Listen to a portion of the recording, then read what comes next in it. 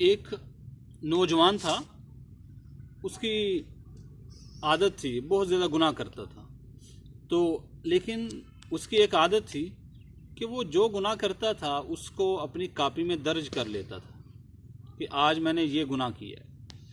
تو کرتے کرتے اس کی ساری کاپی سیاہ ہو گئی گناہوں سے۔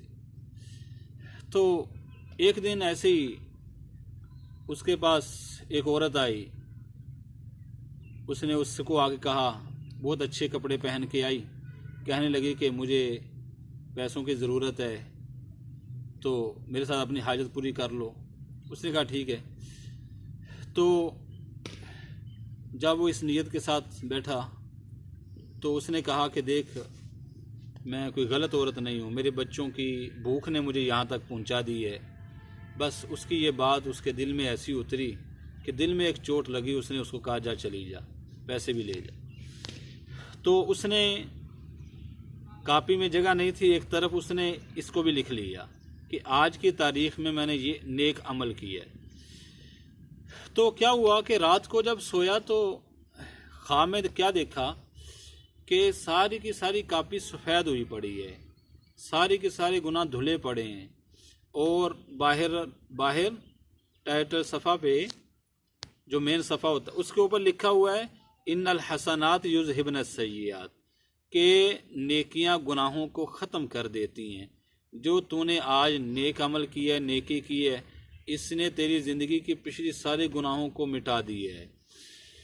تو میرے بھائیوں اور دوستوں، نیک عمل کرنے سے اللہ تعالیٰ گناہوں کو ختم فرما دیتا ہے، نیکیاں گناہوں کو ختم کر دیتی ہیں۔ سب سے بڑی نیکی وہ نماز ہے، اور نماز جو ہے حدیث پاک میں آتا ہے کہ ایک نماز سے اگلی نماز تک سارے کے سارے گناہ معاف ہو جاتے ہیں۔ جو آدمی ظہر کی نماز پڑھتا ہے، صبح سے لے کر ظہر تک جتنے گناہ کیے ہیں وہ نماز کی برکت سے معاف ہو گئے۔ عصر کی نماز پڑھی، ظہر سے عصر تک جتنے گناہ وہ سارے معاف۔ ایک جمعہ پڑھا، اگلا جمعہ پڑھا، اس کے درمیان جتنے گناہ ہوئے وہ سب معاف۔ سبحان اللہ! یوں اللہ تعالیٰ کا طریقہ کار ہے کہ پچھلے سارے گناہ معاف ہوتے رہتے ہیں۔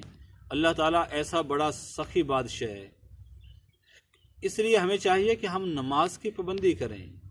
میں اپنے دوستوں کو خاص طور پر اس کی نصیحت کرتا ہوں کہ آپ نماز ضرور پڑھیں، نماز نہ چھوڑیں۔ نماز کی تو پابندی اپنی زندگی کا ضروری چیز بنا لیں۔ کیوں؟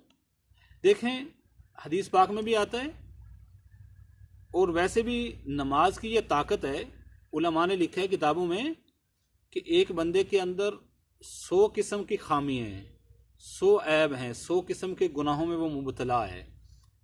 وہ سوچتا ہے کہ میں ایک ایک گناہ، ایک ایک عیب اپنے اندر سے کیسے ختم کروں، زندگی ختم ہو جائے گی، میرے اندر سے برائیاں ختم نہیں ہوں گی۔ تو اس کو چاہیے کہ وہ پریشان نہ ہو، بلکہ نماز کو پڑھنا شروع کر دے، اور نماز کوشش کرے جماعت کے ساتھ نماز پڑھے۔ کیا ہوگا کہ تھوڑے ہی عرصے میں نماز جو ہے نا، اس کے سارے کے ساری برائیوں کو اس کے اندر میں سے نکال کے پھینک دے گی۔ نماز ایسی طاقت والی چیز ہے، یہ ہر چیز کے اوپر غالب آ جاتی ہے۔ نماز میں بڑی طاقت ہے۔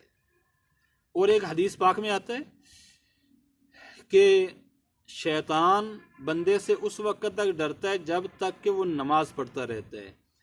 جب وہ نماز چھوڑ دیتا ہے، نماز کی پابندی نہیں کرتا، نماز چھوڑ دیتا ہے، تو شیطان کی جو ہے نا وہ بہت بڑھ جاتی ہے، اس کی طاقت اور اس کی امنگ بہت، اس کو امید لگ جاتی ہے کہ میں اس سے اب بڑے بڑے گناہ کرا سکتا ہوں۔